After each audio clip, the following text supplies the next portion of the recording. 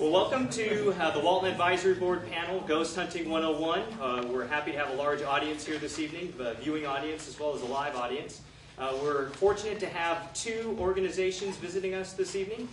We have Todd and Martina Baker from the Pacific Paranormal Research Society that are going to begin our discussion this evening.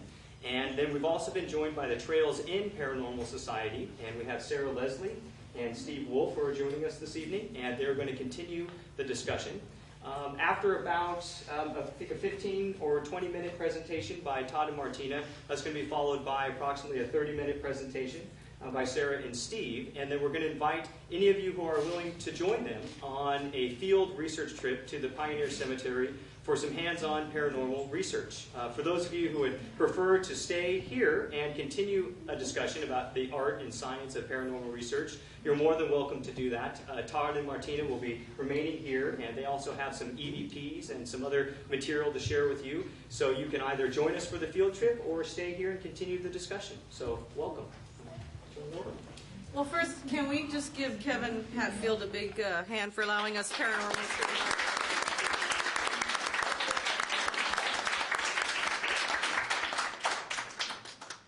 Because he rocks. So, all right, who are you going to call? Ghostbusters. And if you haunt it, we will come, right? All right, how many of you here tonight have had what you consider to be have had a paranormal experience? Okay. How many of you here are just interested in this stuff? Oh, yeah. And how many of you only showed up tonight because somebody cute asked you to come with them? Hey, you know what? Me too. So I am Martina Baker, and this is my husband Todd, and we're from the Pacific Paranormal Research Society, and we work out of Portland, Oregon, and like you said, also with us for Trails End tonight, and they're also Portland, Oregon, and Oregon City. We all travel up and down the Northwest. All of us do Washington, Oregon. Sometimes we even go to California. So we're all over the place. And I want to give you a real quick ghostly primer tonight for this evening. So how many of you do believe that at one time in your life you've actually seen a ghost? You've seen a ghost. Okay? So how many, what did you see when you saw it? Our house is really, really old. It's like almost 100 years old. And I was downstairs and I was home alone, and our stairwell, it's like really cold there all the time. And we've seen like white areas like when it's dark. Have you ever heard any voices or heard anything? Or just seen things out of the corner of your eye? Sometimes they set off electronics. Oh yeah, they like to do that. Yeah, they feed off of electricity, just so you know. They also like to drain batteries. Don't be surprised tonight. It's very possible when they take you out for your investigations if their batteries die, if there's anything hanging around. I hope you brought extra batteries. Okay, that's good. So we all have stock in Costco, and we buy a lot of Duracell. So who else raised their hand and said that they'd seen a ghost? I thought there was somebody else. Yes? What did you see? Tell me. Old woman. An old woman? Yeah. Was this in your home that you lived in? Yeah, in Yaha. Okay. All right. Interesting. Typical widow. So. Did she look at you? She did. She did? Okay, that's interesting. Well, how many types of hauntings are there? What do you think? How many? If we go into a place, we're going to be looking for types of hauntings. How many do you think there are? 5. 7. Wow. That'd be a lot. Actually, there are 2. There are 2 types of hauntings. So, all right, no, you guys got to go. No, I'm just kidding. Now, does anybody know, can you name them? Good and bad. Actually, from a technical standpoint, we call them interactive and residual. So the difference between those, he just named an interactive ghost. An interactive ghost is one that walks by you or it looks right at you. That's interactive. Whether they're conscious or not, they're interacting with you on a personal level somehow. Now, residual is very different. Residual hauntings are like a kind of what they call like a footprint in time. So I'm sure you've all heard about Gettysburg and how they have those haunted battlefields, and all you see those ghostly armies come together and they fight and battle and then they disappear. Those are not all ghostly spirits hanging around in that area. That's a residual haunting. The same thing is like a ghost ship. There's a Schooner Bay, which is right up here at the coast. They see ghost ships up there maybe every few years, and somebody reports that. And they see the huge schooner coming into the bay, and people rushing around like they're trying to save it, because there were a lot of ships that went down. So that's the difference. You've now got a ghostly primer. There's 2 of them. Interactive, something that interacts with you on a personal level somehow, and residual, which is something that you can't interact with as residual haunting. And it's just going to happen, and it's just going to go away. You just never know when it's going to start or when it's going to finish. So, what do you think creates a ghost and causes them to stay here? Oh, come on, I know you guys watch Ghost Hunters. You got to tell me. What do you think? What causes them to stay? What causes them to stay? Unfinished business and, I don't know, the conscious part of whatever we are. Okay. Anybody else? Yeah, extreme circumstance, like extreme sadness, extreme anger. Could be. It's true. Attachment in general. Very good. Not being aware that they're dead. That's very good. Yes. I think we've named pretty much all those, but how about you? What's your name? Mike? Hi, Mike. How are you? Good, how are you? I'm fine. Mike, let's just say that today's not a good day. I'm just gonna ruin your day from this point on, okay, Mike? I like you, but you know, we just gotta do this. So today you actually drank too much. You drank all morning long, and you just decided you know, I'm really drunk, but I'm gonna go take a walk in the middle of the night. So you went out and you walked down the middle of the street, and my goodness, you just got hit by a bus from Oregon State. I mean, I'm sorry. So I'm sorry, Mike, but you're dead, okay? You know, you realize that you're dead, and you're looking at yourself going, oh, this really sucks. This was not a good day, right? Okay. Now, do you have a choice to stay behind, or are you going to go where you're supposed to go? Do you have a choice? I think so. Yes, you do, which surprises a lot of people. Ghosts stay here because they do have a choice. They've made that choice to stay here for unfinished business, or for the sadness that they've encountered, or for something that they're attached to, whether it's a location or whether it's an object. There's some reason that they're still here, and they've made a choice to stay. So, Mike, you've decided that you're going to stay, okay? You go back into your house and you say, you know what, I'm not going to go anywhere. I refuse to go anywhere until the Ducks win the national championship. This was just happening to me too soon, and I am just not going anywhere. I don't know how long you're going to be there, but you're just deciding to stay. All right, now in the meantime, they sell your home, Mike. Of course they do, right, because you're gone. But you're still in your house. You haven't left.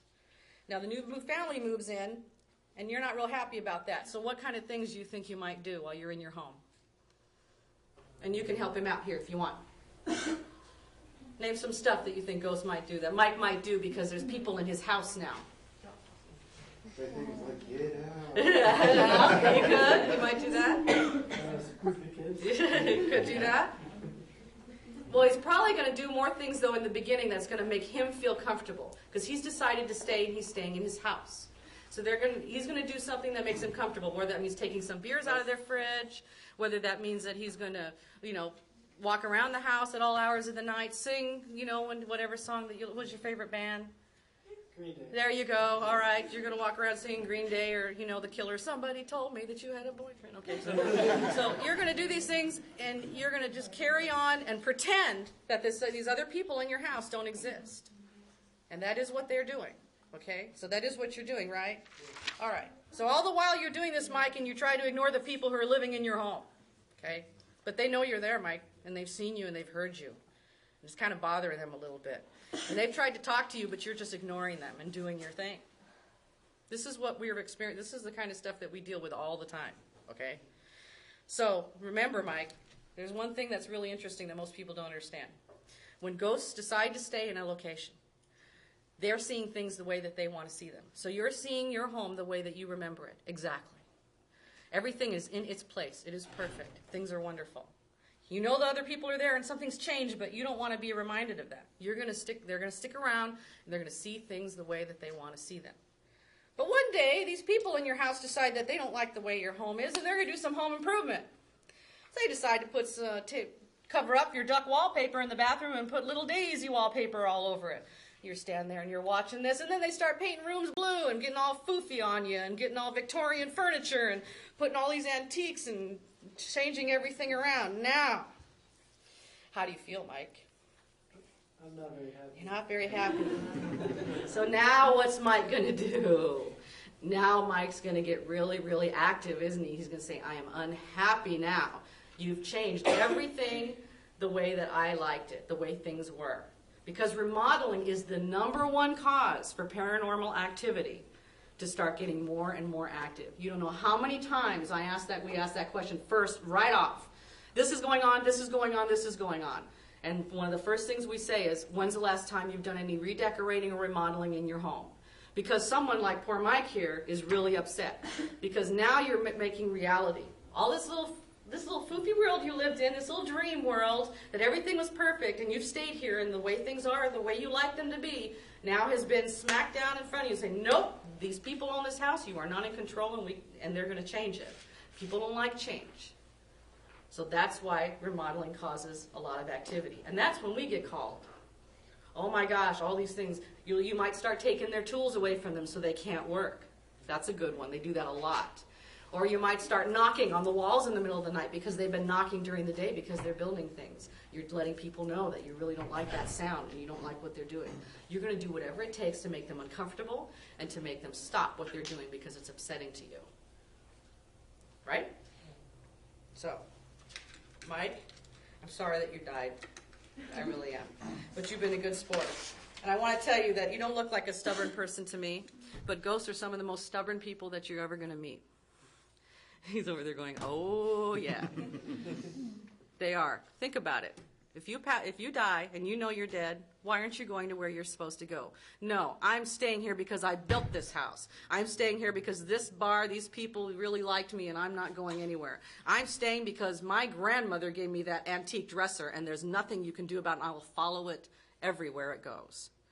Those are some of the most stubborn people you're ever going to meet. Somebody who's not going to go to where they're supposed to go. And Mike, I just want to thank you. I'm going to give you a button for being such a good sport. And can we give him a nice big hand because he died today. So are ghosts attracted to people or locations more? What do you think? Location, location, location. There is something about the location that they're attracted to.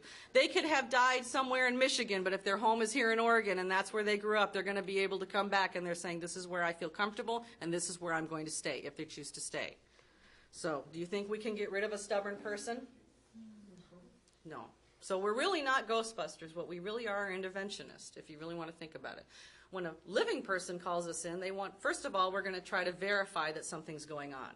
Many times things happen in a home, especially older homes, that make a lot of sounds and you might think that there's something going on when there's really not.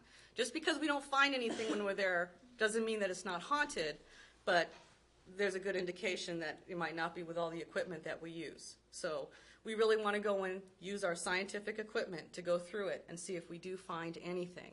That's very important.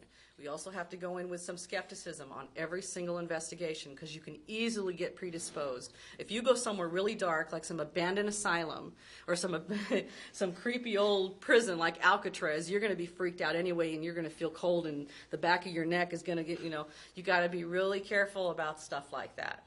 And I don't know if you watch Ghost Hunters, and there was that one where he got really scared in the prison, I think it was, and he just bailed out of there and he went running.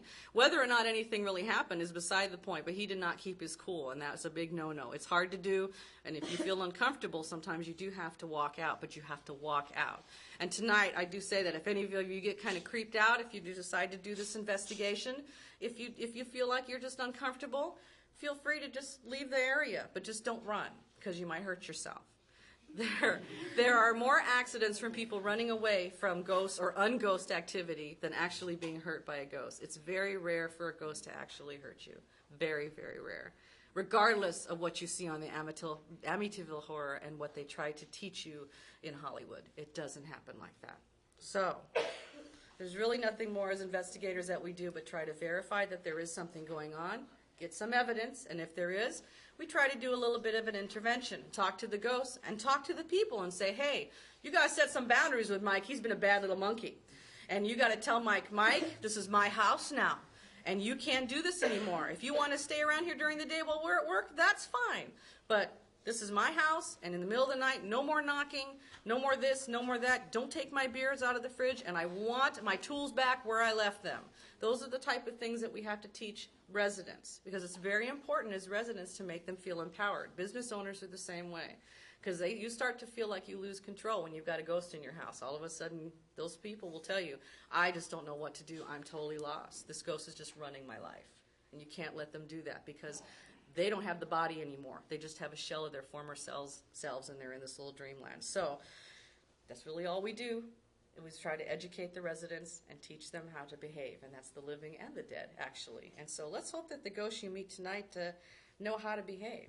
So, at this point, I'd like to offer a very warm welcome and have Miss Sarah Leslie from Trails End Paranormal do her lovely PowerPoint presentation. Can we give her a hand?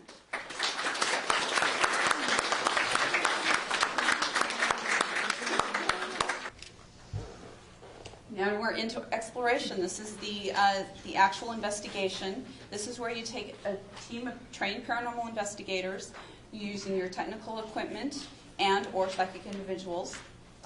Haunted places do not just happen at midnight or 2 a.m.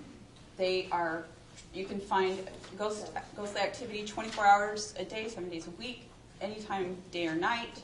Darkness, lightness, does not matter. Safety, of course, is first priority. We always carry a first aid kit. At least one person carries a first aid kit. If we are going into a situation where it's a dark area, someone does a preliminary investigation to try and find the physical dangers, like falling into an open grave, those kinds of things. And just so you all know, we did check out the cemetery in daylight, and we have found all of the physical dangers. So we'll steer you around those. You're not going to fall into an open grave tonight.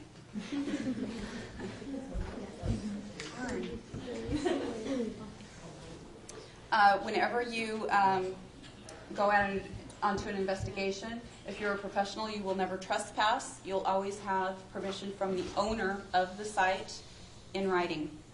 If you go to a cemetery or to an abandoned building, you need to alert the local authorities so they don't come in shooting. You need to tell the cops, hey, we're this professional organization, we're going to be here from this time to this time. You know, we're not burglarizing things. The team leader is the one who customizes the team for each investigation. We usually use both techies and sensitives are our terms for that.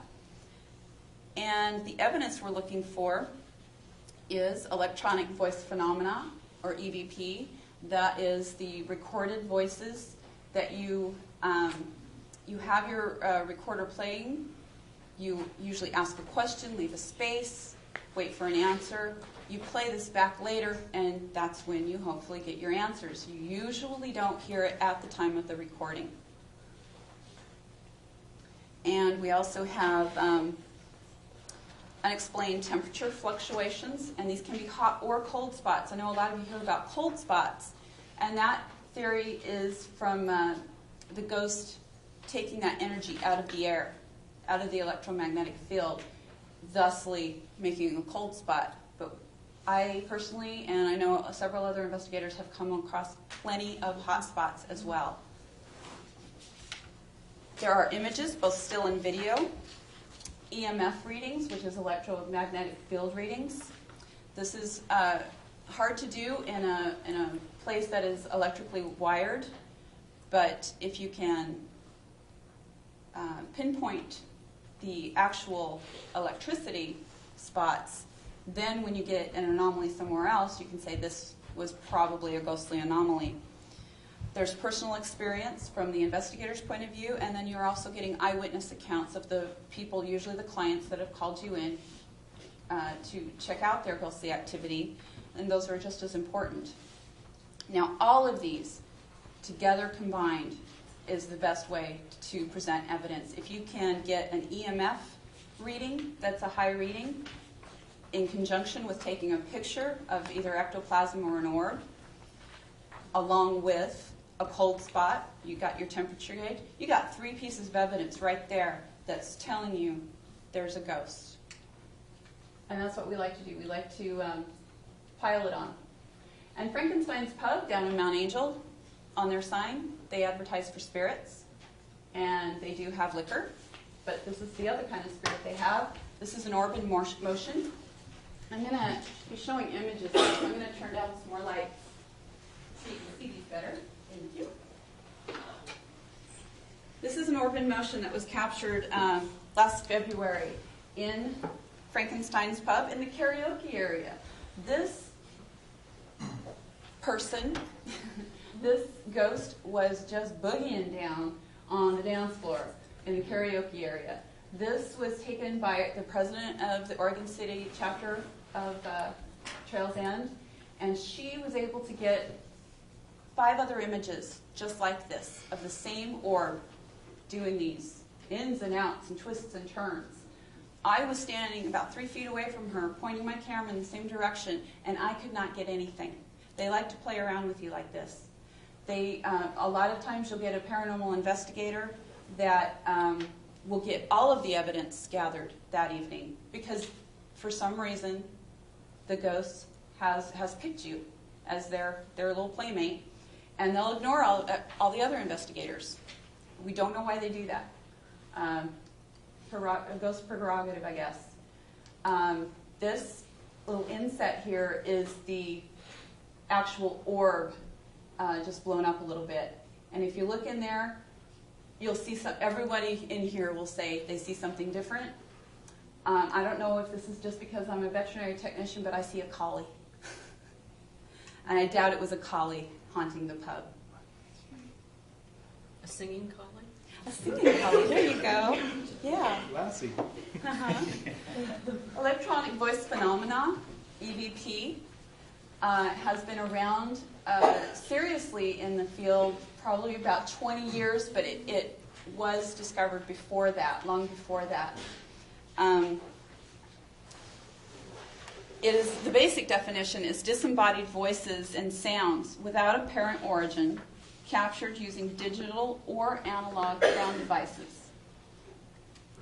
White noise, for all of you who saw that movie, and like me were disappointed. Hide our heads in shame. Yeah. Don't go by that movie, please, when you're thinking about EVP or white noise. That movie was Hollywood through and through. But white noise is used by some investigators. They believe that if they can give the ghost a vehicle for their voice, because once you're dead, your body's gone, you don't have these vocal cords to create a voice. You need energy to create sounds and if you want to get across words. And so they think if you play the white noise, which is the static between broadcast stations, that will give them the vehicle they need to form words. And I have heard an EVP through this. My personal thoughts are that it's actually harder to understand the messages, and I'd rather just do a regular recording and see what comes out of that. I would encourage you to get a lot of opinions on white noise, though.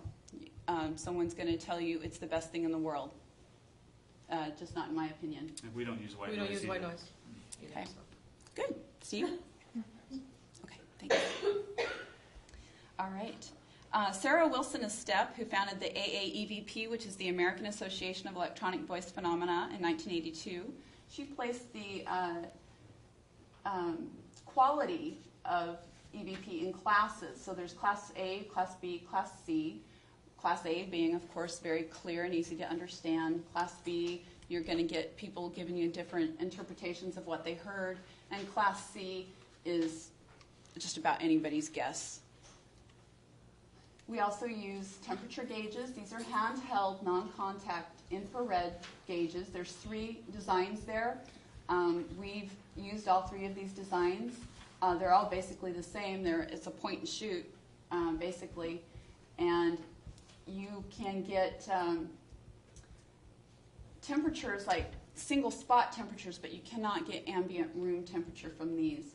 So what we do is we'll take with a regular thermometer, take an ambient room temperature baseline at the beginning of an investigation, and then use the handheld temperature gauges to record anomalies. We're looking for hot and cold spots, and generally fluctuations plus or minus of greater than 5 degrees. And now we're going to show you some images. This is Damage State Hospital.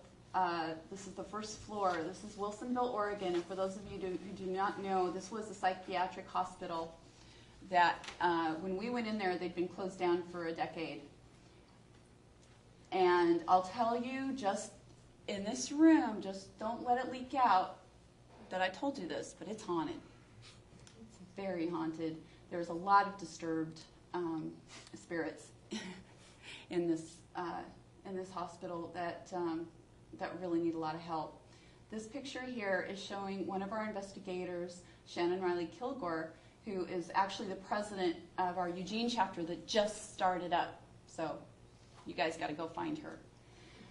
We'll get you information on her. What we did, I took this picture of her getting in step.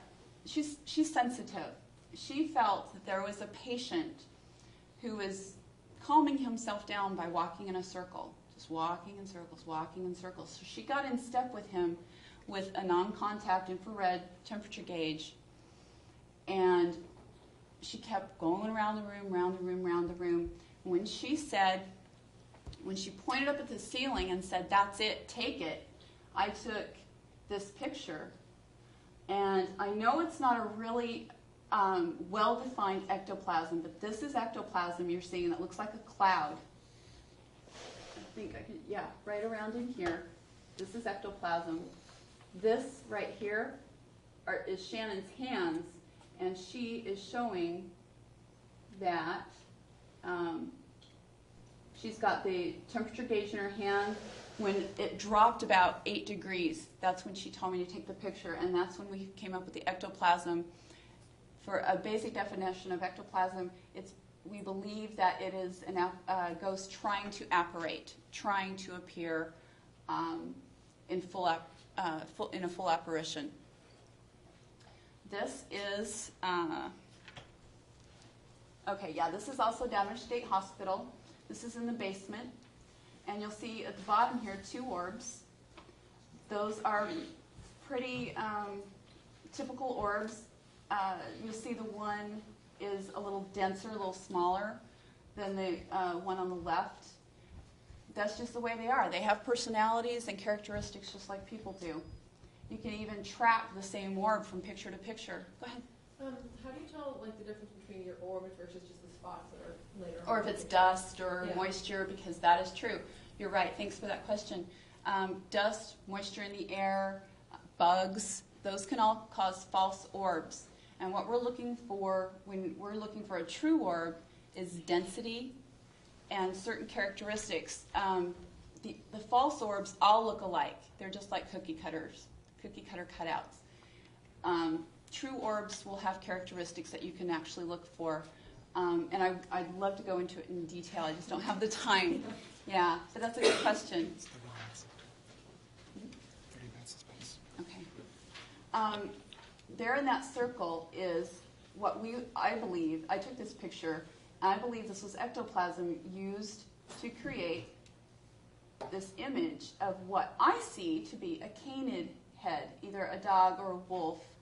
Other people see different things in these things, but I've studied this picture, and for some reason, this ghost wanted to communicate with this message. Maybe it was this person in life, maybe this was their power animal, was a wolf. We don't know. There's a lot of speculation. This is the French Quarter Courthouse in the French Quarter of New Orleans, Louisiana. This takes up a full square block, and I've taken out one of these. Oh, I need to go back.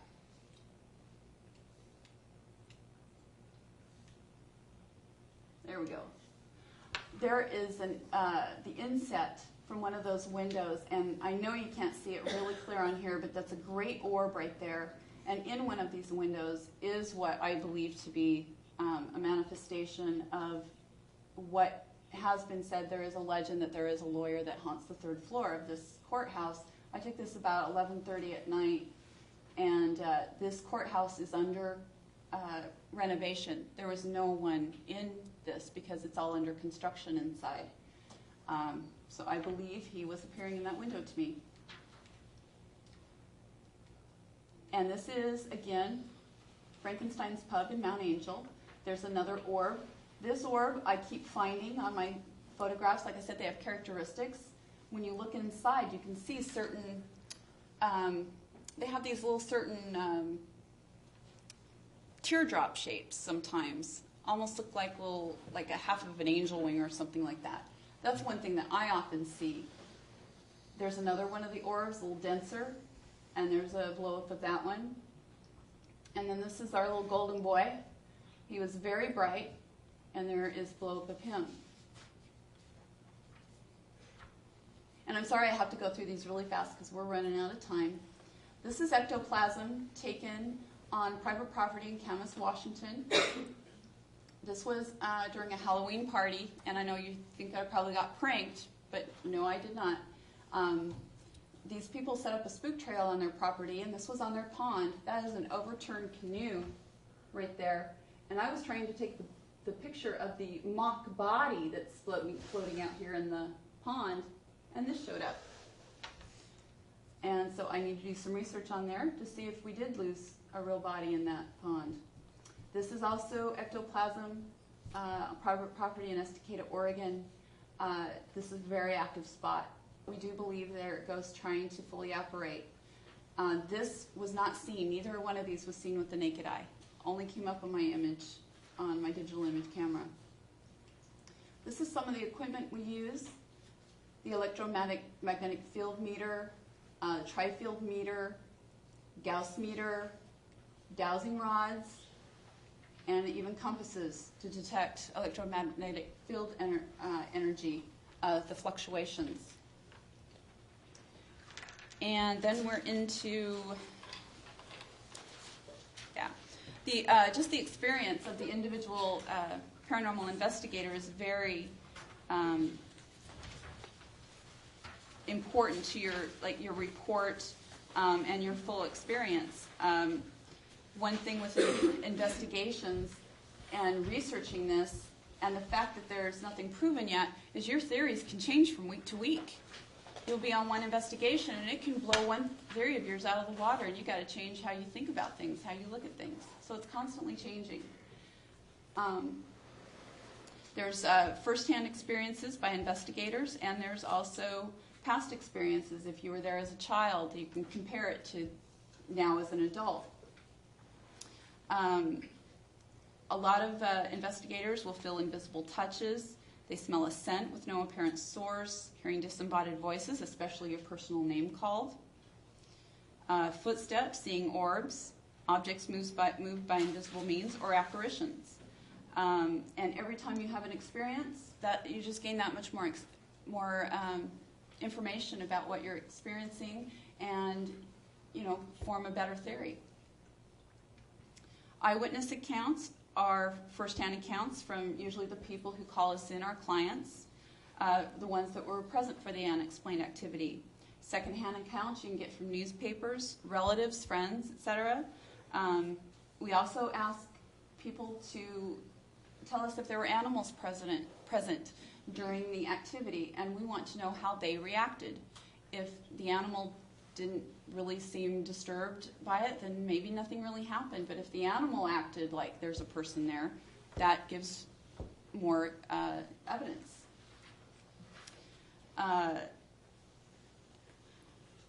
Let's see. Oh yes, let me go back to that. One thing we try to determine from our witnesses and our clients, we are trying to do a serious investigation. So we need to know if they might be on any mind-altering drug, prescribed or otherwise. If they have schizophrenia or some other mental disorder that involves some hallucinations. Or if they have a motive for creating a haunting, such as individual or business attention. A lot of bed and breakfasts, they make a lot of money having a haunted bed and breakfast. And if they can get in a paranormal investigation team that says, yes, you're haunted, they'll put that in their ad and draw people. So if you're being called in just to give these people more money in their pockets, you don't want anything to do with that. And some individuals just want the attention. So we always have to look out for that kind of stuff. And the research is, we may start with a legend, but then we try to dig into that legend and get the facts out of it, because a lot of legends are based in fact. We try to get the historical facts confirmed. We use maps, floor plans, land grants, old photographs, Their resources are the library, newspapers, historical documents, historical societies, owners, history books, architect blueprints, the internet, just tons of resources. And one person or the whole team can do research on an investigation, which leads us to the definition of science. Systematized knowledge derived from observation, study, and experimentation carried on in order to determine the nature or principles of what is being studied. And that is exactly what we're doing as paranormal investigators. If the conditions for interactions with ghosts can be discovered, then it is plausible that a living person could communicate at will with the dead, even in a controlled laboratory situation. I believe that is going to happen someday. And one big thing about our investigations is debunking. We go in as skeptics. We don't go in believing, yes, there is a ghost here. We go in as skeptics, and we have to go in that way because you have to get rid of what is normal, what you can actually say, oh, this is caused by this, cause and effect, before you can look into the paranormal. When you have eliminated all which is impossible, then whatever remains, however improbable, must be the truth. And that, again, is through Arthur Conan Doyle via Sherlock Holmes. To debunk is to find a mundane explanation for a seemingly paranormal occurrence. This is the first thing an investigator does. When all normal possibilities are exhausted, that leaves the paranormal. And that's what we concentrate on. Experimentation by investigators in the form of attempts to recreate phenomena described by witnesses is the easiest way to debunk. If you can show that a breeze moving tree branches across a window make the same sound as a ghoul scraping their grubby nails across the glass, then you've debunked. You want to put this over there? Do you want to play some EVPs? You want to hear some ghost voices? Yeah? You have a teddy bear at home? Because some of these are really creepy. All right. This first one came from Yakult, Washington. And we had gone downstairs and left the recorder running upstairs and closed the door. And remember, this room is completely empty. There's no one upstairs. And we were just downstairs, and we were down there very quietly hanging out with the owner of the house. So this first one you hear is in a closed room, and we don't believe that it's a lot of spirits having a party, but we're picking up different things that have happened over the years that have kind of, the energy is coming from the walls, and this is what you're hearing. Sometimes our tape player's haunted, so bear with us. Yeah. It has good sound, though, so I don't want to dump it yet. This is off a digital recorder.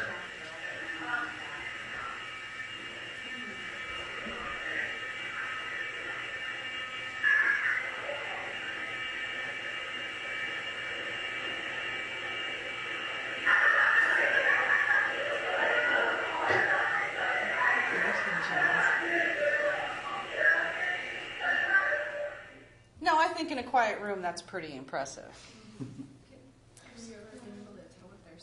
Yeah, there's a few things in there. In the beginning, it sounds like somebody goes 6 o'clock, and then there's a woman that says something like, I don't know the floor. And then another guy near the end of yelling he's going, you better stay, girl, or I'll get you.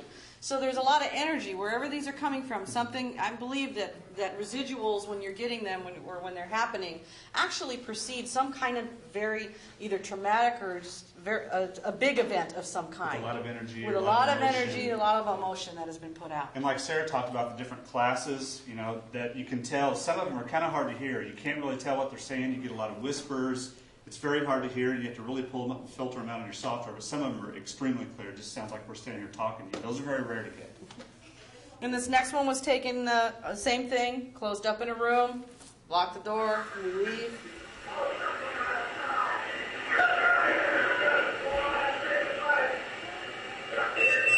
That's our motion detector. That's the motion detector. So somebody was obviously in the room with the door closed. And we were downstairs again. We do have like a 10-second pause or so between, so there's a little dead space. Is he going to go ahead and play number 3? Okay. This one was taken here in Eugene at a private residence. The whole apartment building was empty, and we left our recorder there. And it sounds like she's taking a bath, and she even goes, something like hear a quacking sound. At the end, you hear a duck. It sounds like a duck quacking at the very end.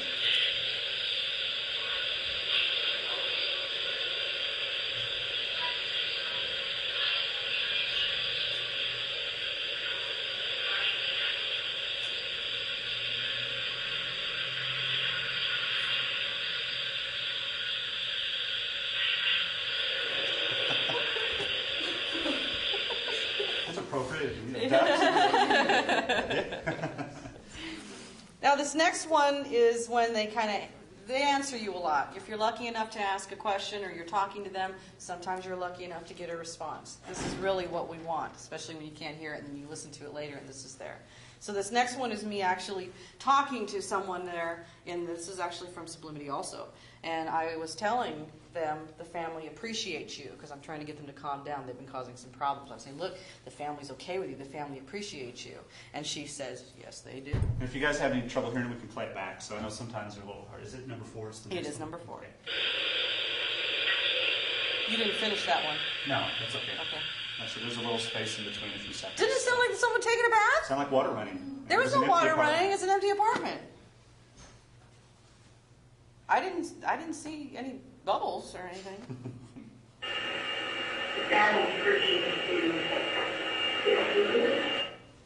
So that's a good one. Would you guys like to hear that again? Yeah. That was number 4. Yes. Uh-oh, it's giving me fits again. Oh, here we go. So you didn't hear them say yes, they do? No, but I was asking a bunch of questions holding the recorder in my hand. Oh. Okay.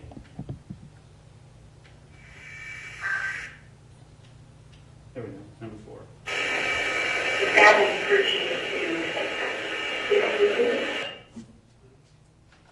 Number 8. Number 8. Okay. This one is also in Sublimity, where we get them to talk to us quite a bit, and there's a lot of activity in that house. And it sounds like 2 of them saying the same thing, but you'll hear them say, tell her how you died. That's not it. Okay, well then it's number 9. So, like I said, I don't have the right Yeah. sheet, so I'm going off of the old one. It's okay. It'll come up here in a second. And you'll hear... I could play. You want to play that back again? Yeah. Try. Yeah, I'll try.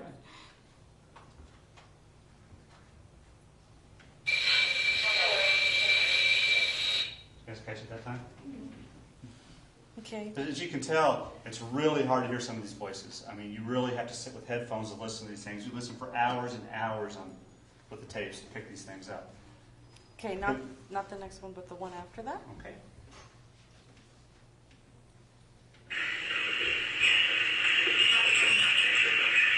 You can hear a girl saying, gotta try to talk to her. Play that one. Sometimes they sound a little scratchy. Right?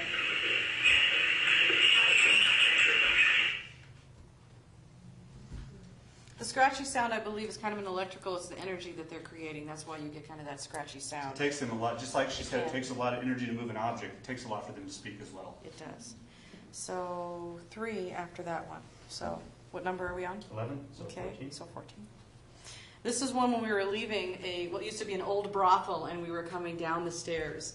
And we had left our recorders up there, and you can hear him. He sounds kind of drunk. And he goes, here they come back down the stairs.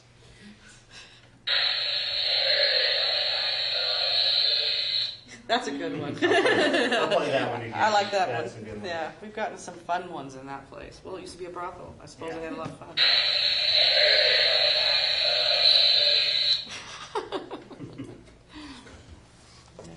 So then that number is that? That's 14. 19. 19 is at the asylum. She showed some pictures from that same old asylum, Damaged State Hospital. We were able to go there. We left the recorder on, and this is a little loud. It sounds like somebody banging. It's on the criminally insane ward. That's what right. floor It's this a is lovely on. section of Yeah. what it was. So and it sounds like he's saying, "Don't hit the kid." It's going to be loud, the bang is. Just remember it.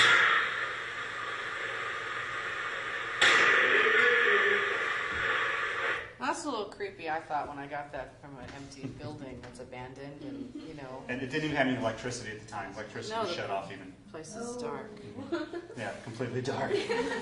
Going through those subtunnels and down the morgue rooms when it's completely dark in that Yeah, place that's- was it quite was- an There was experience. like no electricity, then that the spirit must have been really strong. Mhm. Not Yeah, needed. and where that banging noise That is would be coming really from, I don't know. Yeah, I'm listening to this tape, and I'm like, whoa, I'm pulling the headphones We had a off. camera battery disappear during that investigation. There was nobody else in the building. $80 camera $80 battery. camera battery. Yeah. So, Took it and didn't give it back. so whoever was a kleptomaniac when they were alive is still a kleptomaniac today. Okay, so after that, we've got, what number are we We're on? on number 19 is what we just played. 20, 21, 22, 23, 24, please. This is an interesting one we got in Independence, and it used to be an old speakeasy, and it was actually turned into a steakhouse, and you hear somebody, they must have been excited about what was going on, because he goes, now we're getting somewhere.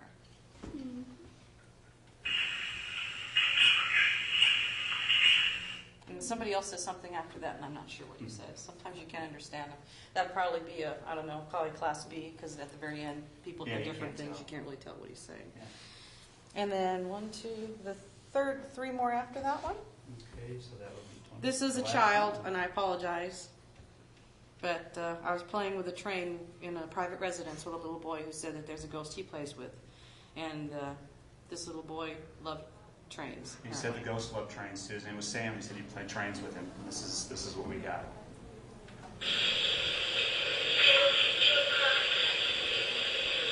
He's saying, choo, choo car. I can play that one back again. And then you can just let it go to the next one after that.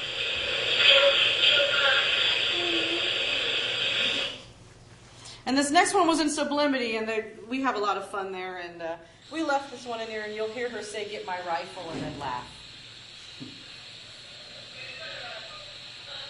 She's funny, isn't she? That's a class. That's a class A. That's when there's no question, and it's totally clear. Yeah. We were outside when that one came out. Nobody so was in the house. they get aggravated with me, but we get the best EVP in that place. So I don't really care. We've as been long there, as- what, 5 or 6 Oh, times? It's an man. ongoing investigation Yeah, for us. 'cause it's We've actually constant. become very good friends with the family at this Yeah, point. at this point you have to be, because they've got a lot of stuff going on. You want to hear that one again? You want to try to play that one again? Yeah, you can try to play that. I love that one. I think that's really good. And especially you just think she's so funny.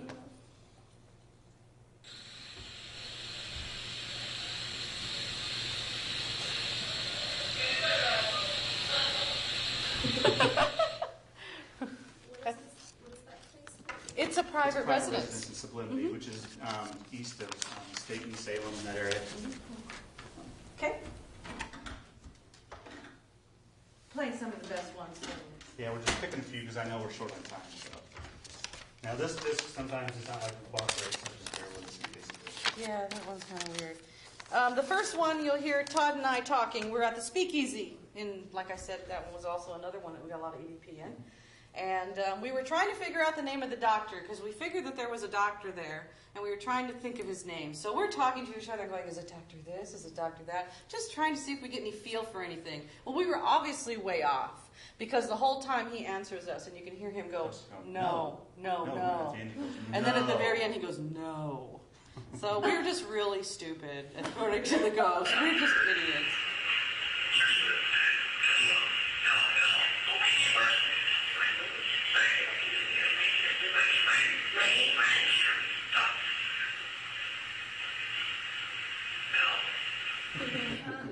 Now, if you notice in there is an interesting voice also, it's not the same person, dead person there. And they go, "Oh, Waggett?" Now, I cannot tell you who that is or why, but I will say that Todd and I do not go to investigations and say things like, "Oh, Waggett?" So I have to think that, just like we all have our little acronyms or little things that we say either to our pets or to our animals and, whatever it is, or to those that we love. Maybe he had a dog and he used to call it and say, "Oh, Waggett?" I mean, that's the only thing I could think of. So they do things and say things sometimes that just make absolutely no sense to us, but they mean something to them. So that's got to be where that came from. Now, not the next one, but the one after that. This one, I'm in the house in Sublimity, and I'm having an interesting conversation with her. And I said, "Somebody moved it." And she says, "Me." And I said, "Did you move it?" And then she goes, "Would you like to play back that?" She took my recording.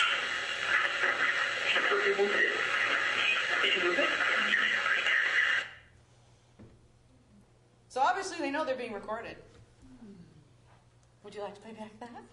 Ooh, she's kind of like sassy. Yeah, exactly. Would you like to play back that?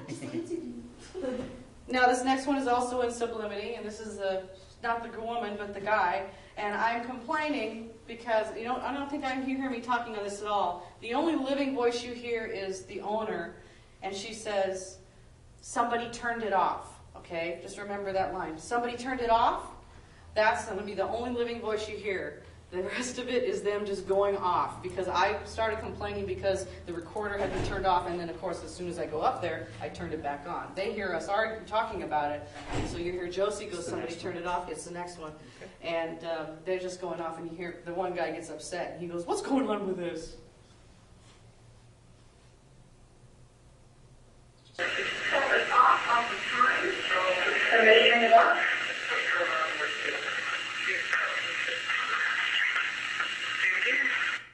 There's only one living voice on there. Out of all that. Of all that. So as you can see, they talk among themselves. They do talk to you. You just got to be lucky enough to get them when they're responding. Sometimes they're talking to each other. Sometimes they talk among themselves. So this next one is one of the better ones that we've gotten. And this is one, I don't think I even have to tell you what it says. I don't think so. We left it in a hallway at a very haunted place in Portland. This is one of the clearest EVP you'll ever hear. I'll put it that I way. think so, yeah. It's the very next one, right?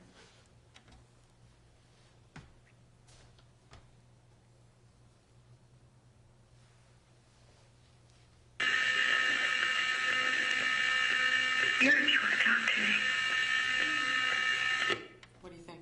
Don't you want to talk to me? You're trying to talk to me. See if I can play that one back. What's good about that, we only left the recorder sitting in a hallway for 20 minutes, so that's pretty good. You're trying to talk to me.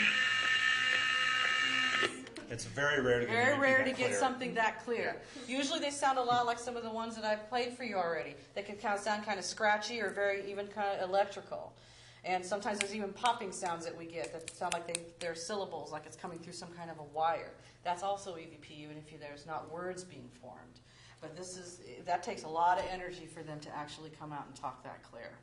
So after that, this other one, there's a lot of energy in this one too. Very next one. Yep, this was in sublimity, and I'm leaving the recorder in the room and closing the door, and I guess he tries trying to get my attention, and I wasn't paying attention.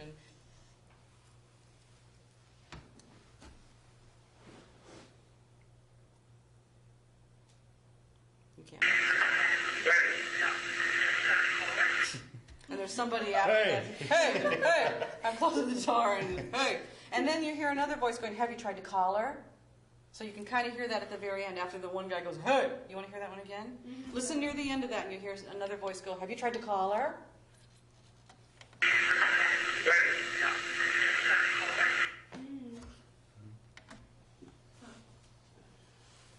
All right, so we are at what number? Are at number 6, right? We just played. 6, 7, 8, 9, 10, 11. Number 12, please. This is also the house in sublimity. There's a problem outside, and I don't know why they have a problem with the outside of the home, but they do. And I told them we checked outside, and then the girl answers again, you checked outside? Because there are areas that their dog, in the yard, their dog gets freaked out and won't go in the yard in certain spots. So they don't know what's going on with that. So something happened out there that's not cool to them. We find that every time we go. So she was surprised that we checked outside. And the next one is also from the same house, and this is the owner talking, and she's talking to the little girl that's there, and she says, "Are you trying to find your mama? Do you want to tell me?" No, she says, "Do you want to tell me your name?" This one, and you hear her. I don't know if she's saying Donna or sounds like Mama. Mama. It sounds I think like she's a saying child. Mama.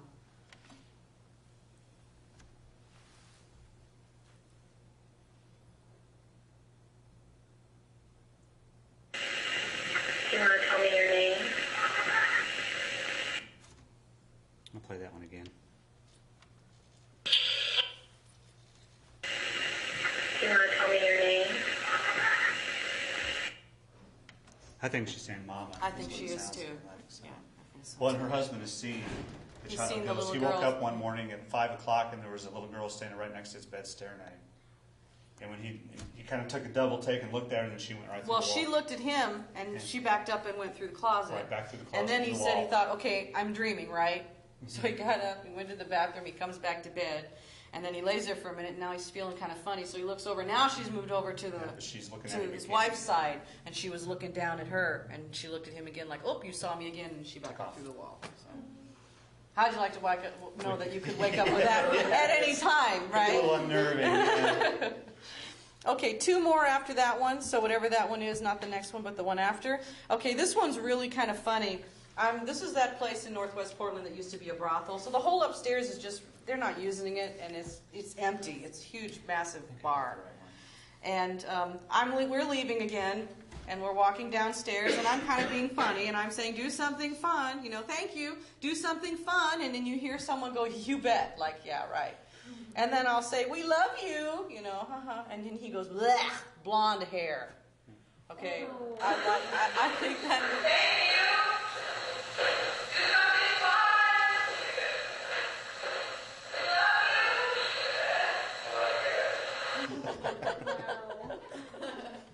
So you can kind of see what type of ladies of the evening he probably used to enjoy, I suppose. I don't know. Not blondes, no. We're going to go all the way to the last one after this one. I forget. I don't know what number. So what number are we on? 15. Okay, 16, 17, 18, 19, 20, 21, 22, 23, 24, 25, 26, 27. Wow, you have a good memory. I'm surprised. Okay, this one is one of the freakier ones that we have. And it's an electrical sound. It'll sound like almost somebody dragging something across a hardwood floor. As you hear that dragging sound, you will hear her form words from that sound. So to me, that's an electrical sound. She's trying almost like trying to form these words, and at the very end, they come out. Now, we were all sitting there. What happened was we were sitting in this apartment, and the door actually opened, and she was standing there. You could see the doorknob turning the door. It turned and opened, and there was no one there. So now we have a group of people, including the media, who is sitting next to the door. So we're all staring at this door, and I'm like, oh, yeah, you're right. We're all looking at you. And now then you'll start to hear that sound. And I kind of laugh because I'm trying to keep positive so people don't freak out. And I said, act casual, and that's when you'll hear her. And you'll hear that sound create these words, and she says, you're all looking at me. So to me, it just reiterates the fact about the electricity. Okay, yeah, you're right. They're all looking at you.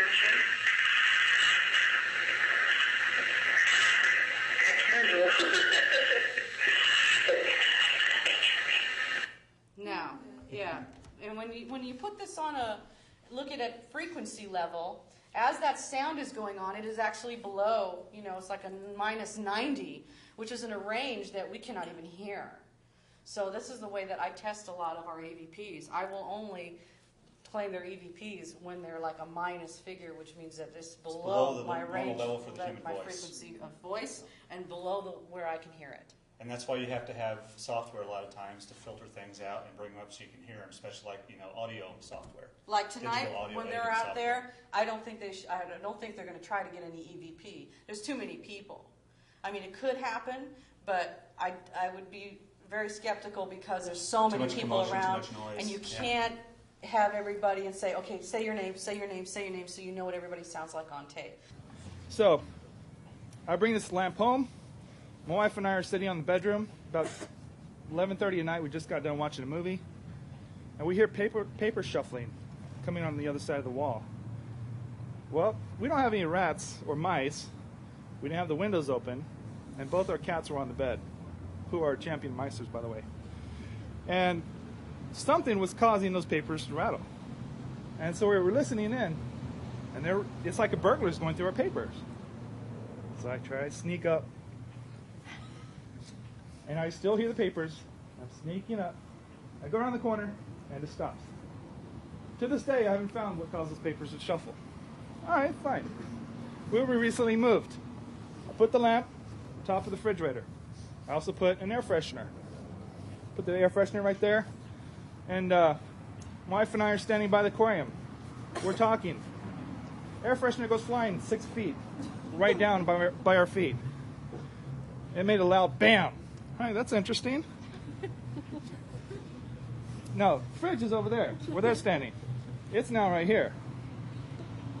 So I pick it up, take it to the fridge, put it on top of the fridge.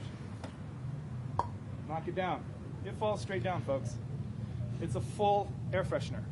It's got liquid in it. I try rolling it. It doesn't want to roll.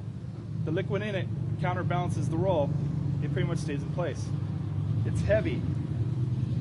Something caused it to go from over here to over here. Okay. I ask it, can you do it again? Now, not the same night, but the next night.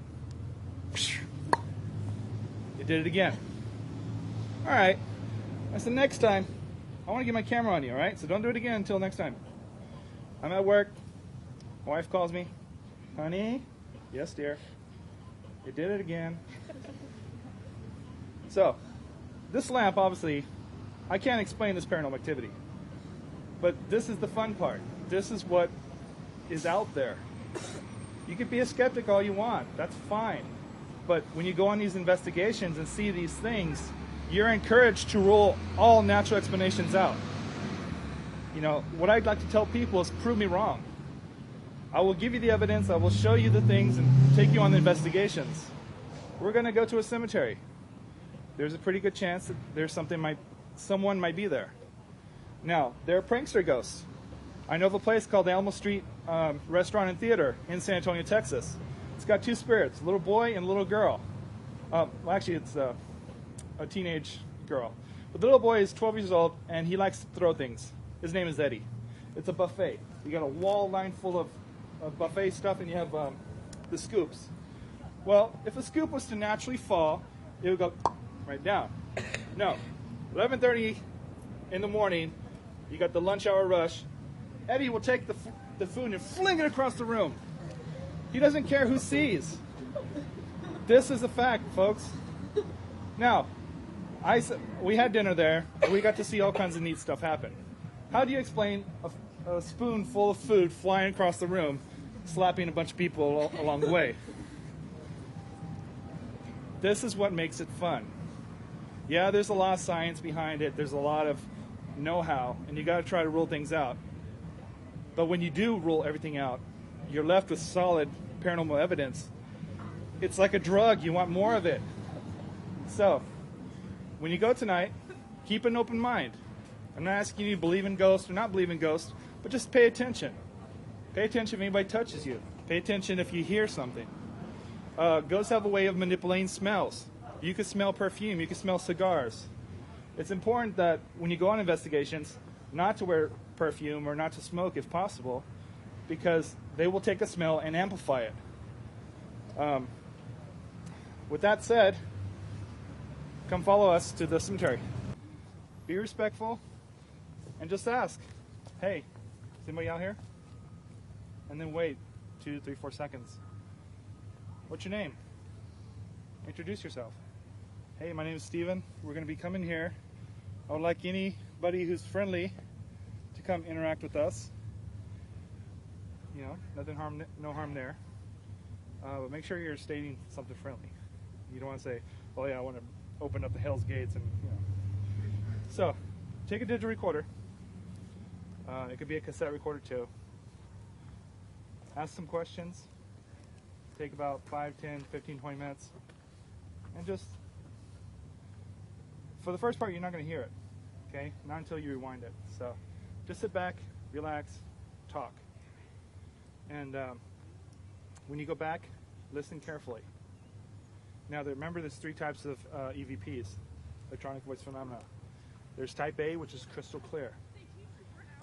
I've heard one that a lady had asked, can you hear me in this thing?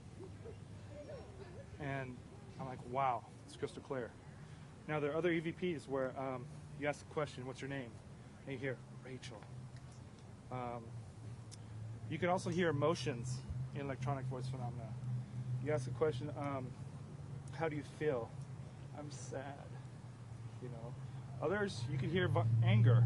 Get out of here. You know. It all depends on how you treat them, how you respect them. And remember, in a cemetery, this is a resting place. Please don't touch anything. Don't pick anything up. There is a good chance that they will follow you home if you try to pick up something that doesn't belong to you. Also keep in mind that it's against the law too. If you're respectful, they will interact with you. I've proven this. This is what makes it so interesting. I'm going to teach you guys about energy. I'm going to show you with dowsing rods and how these work. Now, dowsing rods are real simple, primitive tools used a long time ago, back in the biblical times, to use to find water, find underground objects. There are different types of rods, but this is the basic L-shaped rod. And I'm going to give you a demonstration. Would you be my... Stand right here, please.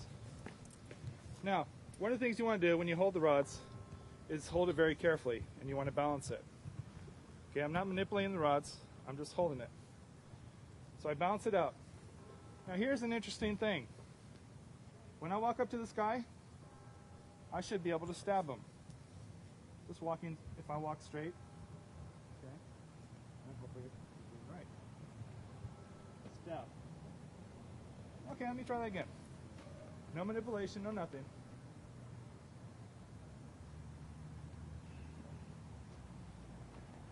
Stab.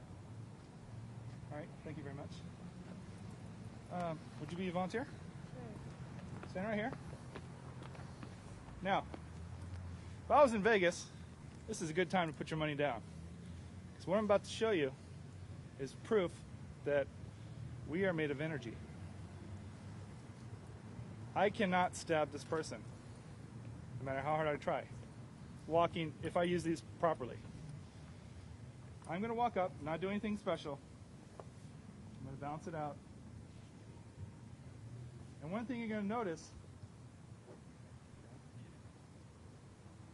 is as I'm walking towards her, I'm going really slow.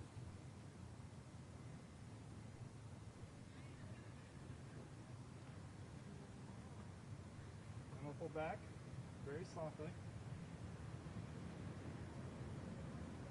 Be strong. There's also something else pulling. You can probably see it pulling. I'm going to do it one more time. Again. I'm just walking up to her.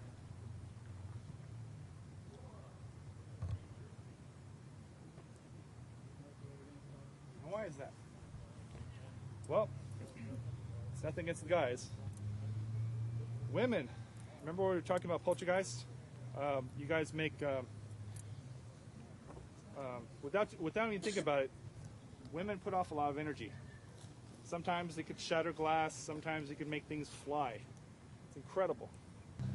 Folks, these tools are very sensitive to energy. Now, when you're walking around, like in a cemetery, if you balance it out, and ask, hey, is there anybody here? Can you follow me? You're going to start noticing it'll start moving.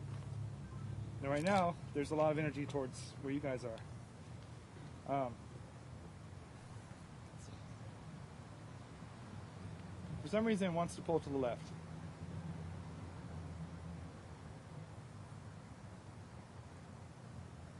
Now, okay.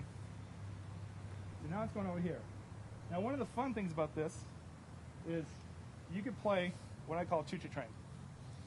You can follow a ghost orb, and it'll lead you left and right, back and forth. That's the fun part. It's even better if you get somebody to photograph it, and you see an orb, a ghost orb, right there.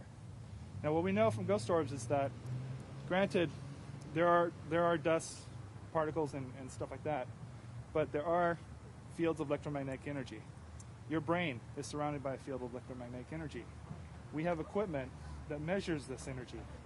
I just happen to have brought my electromagnetic field detector. Now here, if there's let's see, we can't pick it up on here, but this picks up the energy that it's pretty much the same energy that's in your head. So there's the link already. Now it's believed that the consciousness is in the electromagnetic field of your brain. So if that's true, and the first law of thermodynamics, energy cannot be created nor destroyed, only altered. It's like water.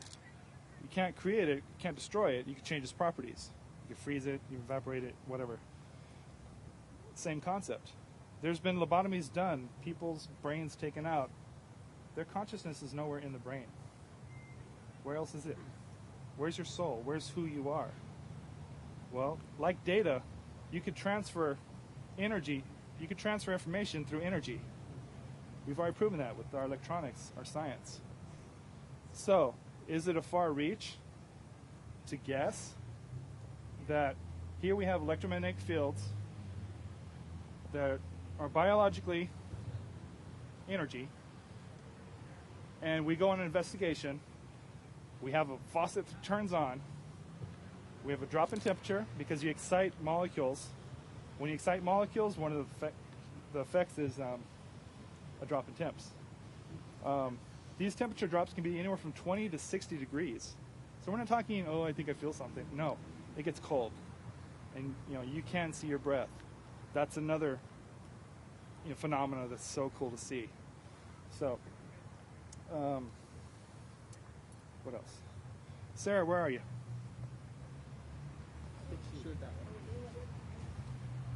Okay. I'm going to walk with these. If anybody wants to follow along, I need somebody who's going to walk around holding this. Okay. I got one just for you too. That's going to be kind of hard to see, you might think. Now, when something goes crazy, that thing is going to scream. It's going to be a real high-pitched scream. This is going to measure the electromagnetic fields, if there are any. Now, naturally, there should not be. Keep in mind, though, that there is a geomagnetic field that's created by the Earth because of the iron core in the center that's constantly spinning. The Earth has its own magnetic fields. Sometimes these energies, these ghosts, feed off of that. So some nights you'll have a lot of paranormal activity. Other nights, they don't have any energy. So what do? They sap batteries real quick. That's why they mess with electronics. It's not because they want to fool around. Sometimes they do. But they'll sap the energy just so they could do something. I'd mentioned that my air freshener got thrown 3 times. That takes effort. You can't, imagine yourself driving down the road one night and your car breaks down, okay? So you get out of the car, you got a flat, and you don't have no way of calling anybody, and so you try to get people's attention. Hey, hey, nobody's responding to you. Nobody can see you. Okay, well, same thing with your body. Let's say you die, but you're still you. Your vehicle just broke down. Does it mean you're any less of a person? No. So you wander around. You're like, oh, great, I can't find anybody, and then you got these paranormal investigators, these ghost hunters, these students who are interested, and they say, hey, is somebody here? I'm like, did you hear me? And someone like myself who says, yeah, I heard you. Can you do it again? Yeah, I'll do it again. Check it out. Now, in Portland, since I've been here 1 year now, I've been on one investigation in Portland. I can't tell you where because it's private. But I had the majority of the group over here. I'm over here. There's one other person right here. There is a rock, and this is on tape. In fact, I think I might have it with me. If not, there's a rock that moves on concrete by itself. I was like, did you hear that? Yeah. I turn around and say, hey, I heard you. Can you do it again? And wait 2, 3, 4 seconds, nothing. And I start to say something, and then the rock moves. I'm able to triangulate. Came from over here. Now this rock that moved on its own twice. Okay, skeptic mode. Explain what happened to the rock. Well, there's a light wind, but can't explain that. Maybe it fell. No, because if it fell, it would have gone tink, tink, tink, and stopped, right? Okay, so how do I explain this rock moving? Maybe an animal. Maybe an animal was carrying it and dropped it. Because everybody's looking. You don't see no animal. Okay, so, what could it be? Well, we found where the rock is. It's on the other side of a wire, on the other side of a fence. And we looked and we get our flashlights and everything. There is no possible explanation why this rock moved. Because it's protected on the other side of a big cable. Not to mention one of those little gates that, I can't really go into too much detail about the gates, but imagine they're little bitty gates. This thing moved on its own. I picked it up and I saved it because it was very fascinating. This is just one of many interactions I've done. You guys can do the same thing. What I'm doing is not magic. I'm not, all I'm asking, pay attention. Like I said, I'm not telling you ghosts are real. I'm telling you that if you pay attention, you'll start noticing things. That's why people contact us. People contact us saying, hey, I got things flying around. I've got things, I hear footsteps, I hear drops, I got drops in temperature. I've got, my animals are going crazy. My electronics is going fritzy. When my grandfather died, for 7 days, I had paranormal activity in my house. I had lights flickering. I had my cats both staring in unison, watching back and forth. Now, I didn't see my grandfather, and is it a coincidence? I say it's my grandfather because all of a sudden, after the day my grandfather died, I started having paranormal activity. Is it a far stretch to say that it was my grandfather? I don't know. Knock on wood, someone you love doesn't pass away, or at least anytime soon. But when they do, pay attention, because they could be trying to contact you. It's not to scare you, because one of the first things they do when all these people write me or write us is they say, hey, something's going on, it scared me. So I ask them, hey, what do you feel about that? And they'll say, well, okay, I don't mind as long as they leave me alone. And so I'll tell them,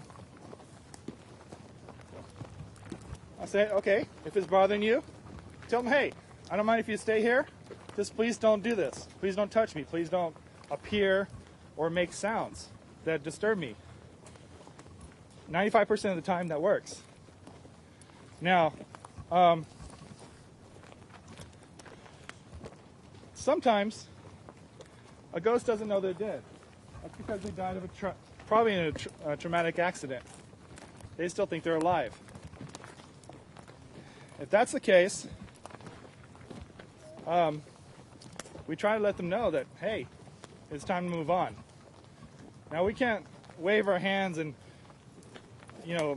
do magic, but being respectful, again, is more powerful than anything you could do.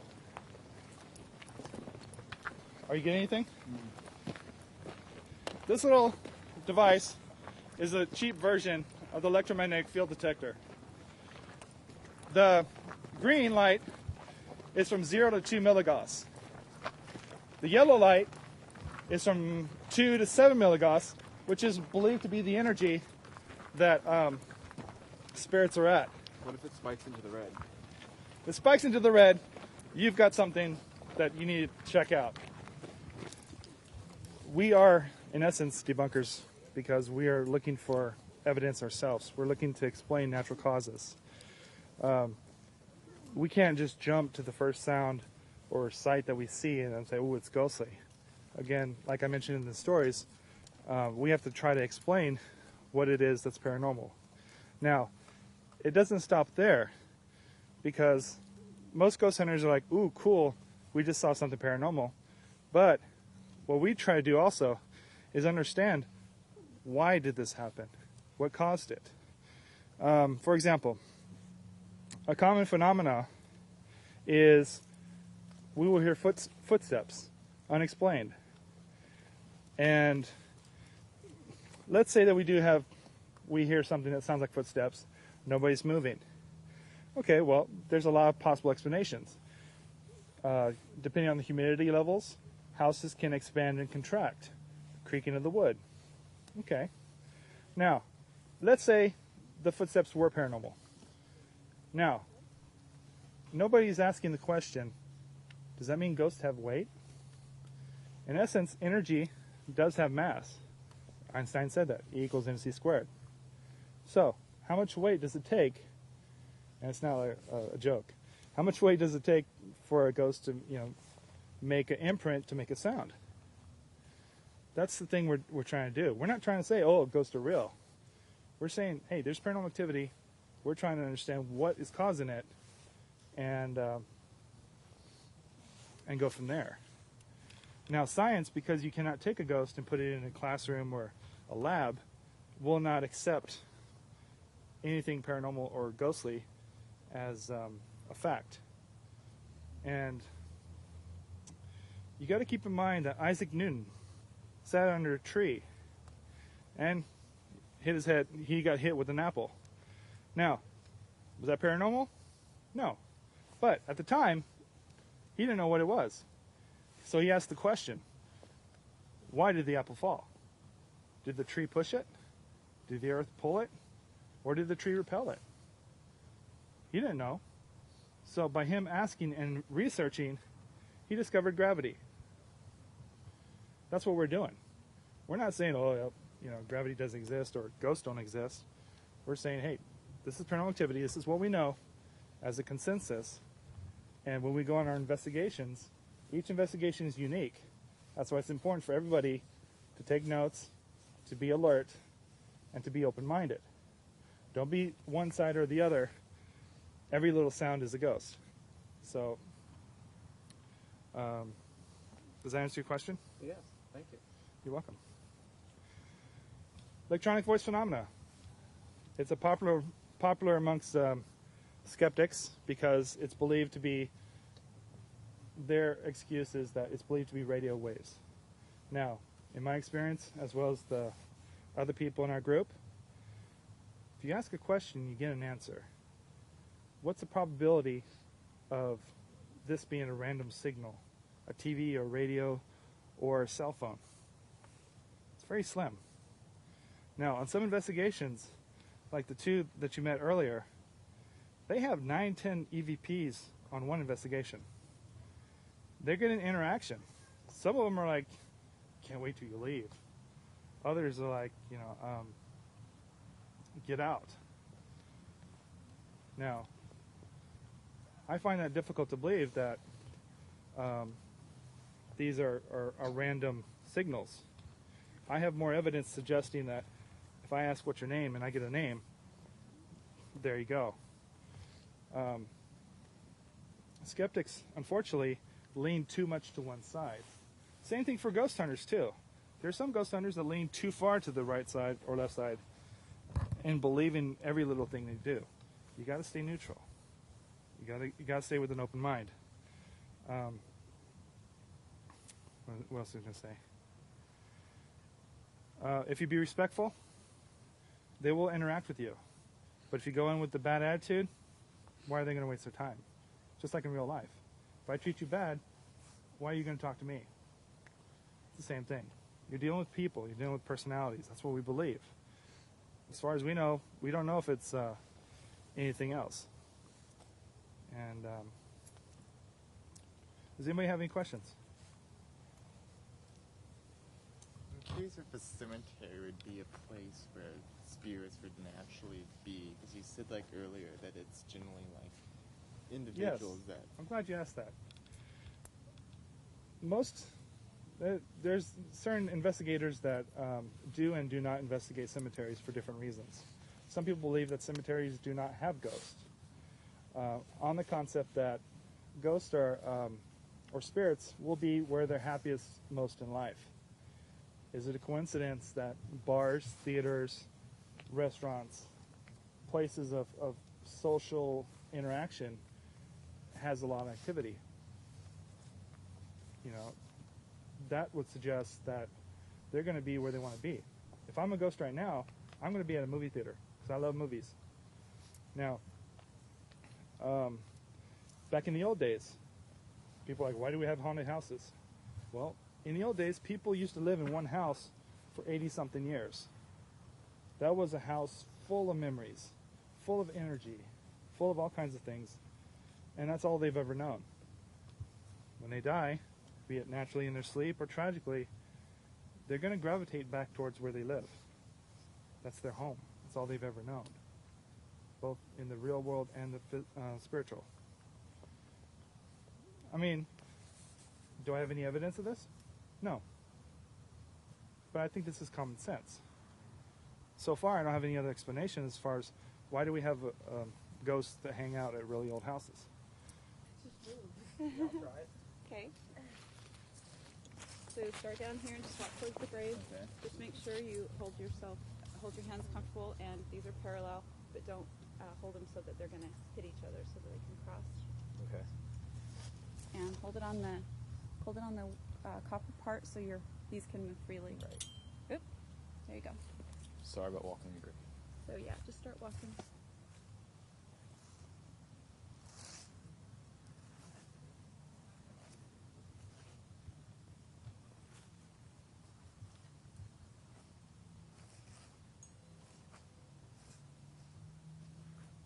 Crazy. Yeah.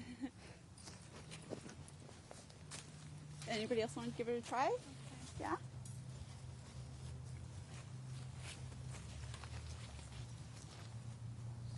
Sorry for walking on your grave. I hope it doesn't disturb you.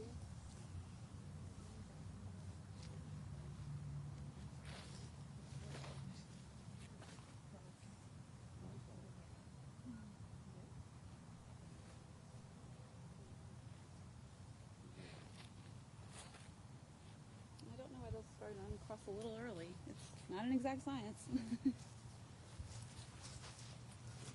But that is, so we don't always just use these, obviously, to find unmarked graves. We use them to detect electromagnetic energy.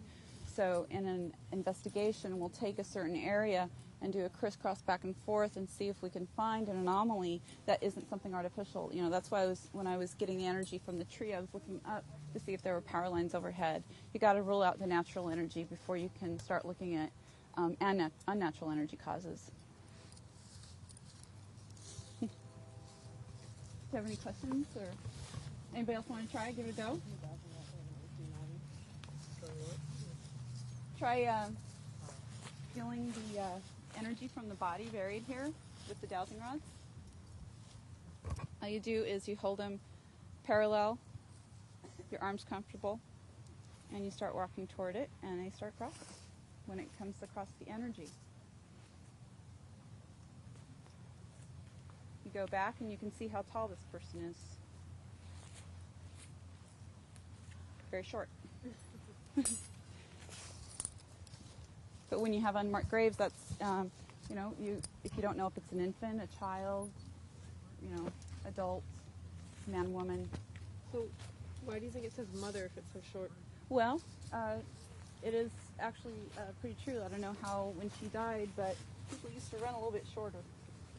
It's a pioneer grave there, I think. Yeah, so. Can I quickly ask how you got started with the paranormal investigation? Yes, I've just been interested in ghosts and the phenomena ever since I was a child. No reason. I didn't have an event myself, but I just read everything I could on it. As I got older, I got out of the fiction and started reading, started reading the actual accounts of ghosts, and the investigators, like in England, is where this basically started. Serious investigating, and once I realized that there were groups that do investigations and you can go out in the field and really look for ghosts and find them, I just started an internet search for a local group and found Trails End Paranormal Society. Went to a meeting and that was it. I've just been hooked on it for the last 2 years.